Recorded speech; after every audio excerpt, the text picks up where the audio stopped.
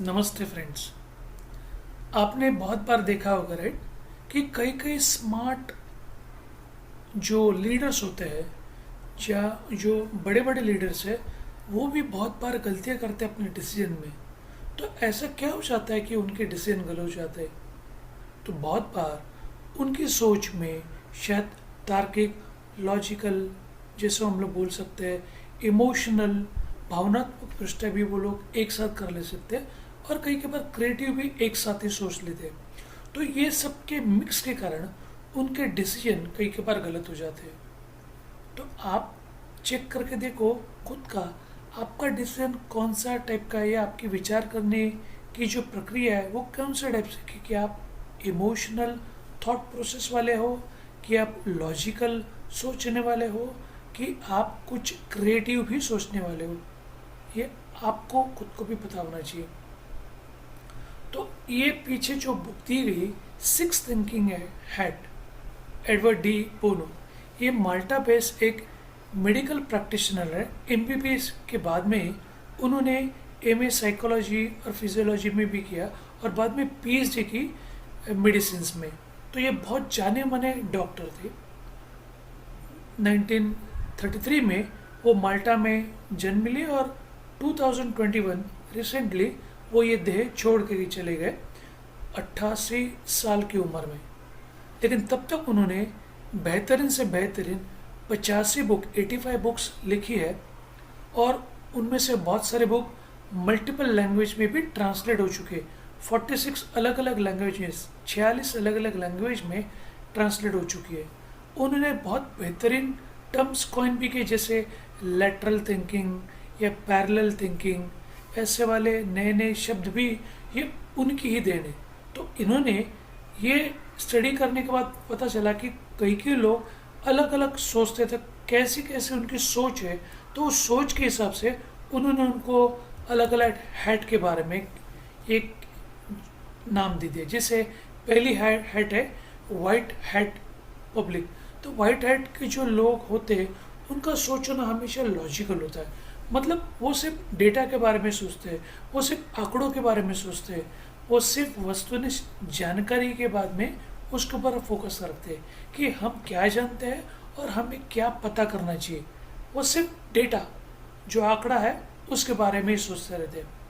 दूसरे वाले लोग वो येलो हैट पहनने वाले लोग, जिसको उनकी सोच जो होती है ना हमेशा सकारात्मक होती है, वो आशावादी विचार करने वाले लोग हैं, जिनको लाभ, मूल्य और ये सब चीज़ के ऊपर से हमारी वैल्यूज़ कैसे अच्छी रहेगी, हमारे डिसीजंस कैसे अच्छे हो सकते हैं, इसके ऊपर ही वो लोग फोकस करते हैं। बहुत ही सकारात्मक और आशावादी लोग। तीसरा ब्लैक हैट थिंकिंग वाले लोग, जिनकी सोच हमेशा आलोचनात्मक निर्णय लेने की होती है। वो हमेशा सतर्क रहते हैं, हमेशा केयरफुल रहते हैं और तार्किक, हमेशा लॉजिकल थिंकिंग करते रहते हैं।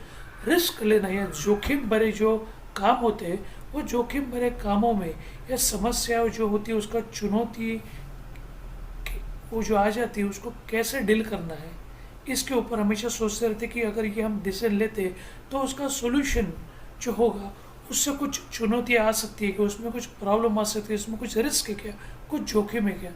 एक्चुअली वो निगेटिव थिंक करनी होती है, लेकिन वो हमेशा कहाँ पे मिस्टेक हो सकती है, कौन कौन सी गलतियाँ हो सकती है, इसके ऊपर ज़्यादा फोकस करते हैं। हरी टोपी वाले लोग हमेशा रचनात्मक के विकल्प, अल्टरनेटिव थिंकिंग, मल्टीपल ऑप्शंस वो ढूंढते रहते हैं, जिससे उनको अलग अलग संभावना में ज़्यादा विश्वास होता है कि ऐसे कौन कौन से अदर अल्टरनेटिव्स है जो रचनात्मक भी है, जिससे वो आउट ऑफ बॉक्स थिंकिंग करते हैं, बॉक्स के बाहर की सोच रखते हैं, जिससे उन्हें अलग अलग ऑप्शंस या अलग अलग अल्टरनेटिव्स पता चलती है। लाल कलर की जो टोपियाँ पहनने वाले जो लोग हैं उनकी सोच जो है वो भावनात्मक होती है, वो संवेदनशील लोग होते हैं, वो बहुत ही इमोशनल लोग होते हैं, जिनको इंट्यूशंस के बारे में ज़्यादा बिलीव होता है। वो भावना के ऊपर ज़्यादा विश्वास होने के कारण हमेशा गट फीलिंग, ये मेरा डिसीजन है, ये मेरा गट फीलिंग में से, मुझे पता नहीं क्यों है लेकिन मुझे ऐसा अंदर से लगता है, ऐसा बहुत सारे लोग बोलते हैं राइट। तो ये ऐसे वाले लोग होते हैं, उनके पास उसका कुछ प्रूफ नहीं होता है, वो उसको प्रूव नहीं कर सकते कि ऐसा क्यों हो सकता है, ये मेरा डिसीजन क्यों सही है, लेकिन उनको अंदर से लगता है, इसके लिए वो ऐसे सोचते हैं। तो उसके बाद में होते हैं नीली कलर की टोपी वाले लोग, जो हमेशा प्रोसेस ओरिएंटेड लोग होते हैं, कंट्रोल लेने वाले, नियंत्रण रखने वाले लोग होते हैं, जिनकी सोच हमेशा ऐसी होती है कि ये काम, कौन सा काम यानी कौन सी टोपी के लोग ये कर सकते हैं, कौन सी टोपी किसने पहननी चाहिए, इन्हें प्रॉपरली ऑर्गेनाइज करके ये चीज़ रखते हैं। इसी के लिए हमेशा ये लोग फैसिलिटेटर का काम अच्छा करते हैं। ग्रुप में जो मैनेजर्स होते हैं, जो फैसिलिटेशन का काम करते हैं, जो किसने कौन सा काम करना चाहिए उनकी बराबर जानकारी रखते हैं और उसको वो काम दिया जाता है, ऐसे वाले लोगों में ये होते हैं। तो आप सोच के देखिए कि आपकी सोच कैसे टाइप की, आप कौन से टाइप के टोपी का प्रयोग करते हैं और कौन से टाइप के टोपी यानी विचारों को आप अवॉइड करते हैं, कौन से टाइप के विचारों को आप ज़्यादा यूज़ करते हैं। ये आप सोच के देखो, फिर आपको पता चलेगा कि इसमें इम्प्रूवमेंट कहाँ पे करनी है। ये ध्यान में रखो, नेतृत्व जो होता है ना, वो अपनी सोच के ऊपर कंट्रोल करने में ज़्यादा बिलीव करता है, ना कि लोगों को कंट्रोल करने में। और यही सबसे बड़ी गलती होती है कि आजकल के लोग लोगों को ज़्यादा कंट्रोल करते हैं बजाय अपनी सोच के ऊपर कंट्रोल करना। और महान नेता हमेशा यही पहले सोचता है कि मैं कौन से प्रकार से सोचूं, बाद में ये सोचता है कि मुझे क्या सोचना है। तो ये ध्यान में रखना है, मैं कौन से प्रकार से सोचूं, मेरे सोचने का तरीका कैसा होता है, ये पहला वो डिसाइड करता है। आप ये ध्यान में रखो कि जब भी आपके माइंड में अगर ये थॉट प्रोसेस एकदम क्लियर होगी, तो आपको क्लैरिटी की वजह से आपके डिसीजंस हमेशा बेहतरीन होंगे। तब महान व्यक्ति वो नहीं है या महान नेता वो नहीं है जो बहुत ज़्यादा सोचते हैं। महान नेता वही है, अच्छा लीडर वही है जो बहुत ज़्यादा क्लियरली सोचता है, उसके डिसीजन में एकदम क्लैरिटी होती है। विजनरी थॉट प्रोसेस हम लोग बोल सकते हैं। तो सफलता केवल लॉजिकल थिंकिंग से, केवल बुद्धिमत्ता से नहीं आती। आपके विचार कैसे स्ट्रक्चर्ड वाइज है, आपके विचार कैसे फोकस है, उसके ऊपर वो डिपेंड करता है। तो आप जैसी सोच रखते हो, हमेशा कोई भी डिसीजन लेने से पहले अलग अलग कैप, अलग अलग हैट पहन के देखो, ताकि आपकी सोच जो है वो अच्छी हो जाए, स्ट्रक्चरल हो जाए, परफेक्ट हो जाए, जिसके कारण आपके निर्णय अच्छे हो जाते हैं। और जब निर्णय अच्छे हो जाते हैं तो डेफिनेटली आपके जीवन में आपको सक्सेस मिलेगा। ये पर्सनल लाइफ हो या प्रोफेशनल लाइफ हो, सब जगह पे अप्लाई होता है।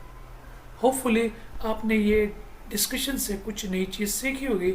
अधिक जानकारी के लिए आप मुझे मेरे ईमेल या व्हाट्सएप के ऊपर चेक कर सकते हो, जो डिस्क्रिप्शन में दी गई है। कल वापस जुड़ेंगे नई सोच या नई थिंकिंग या नई शेयरिंग। तब तक के लिए धन्यवाद। Thanks and bye for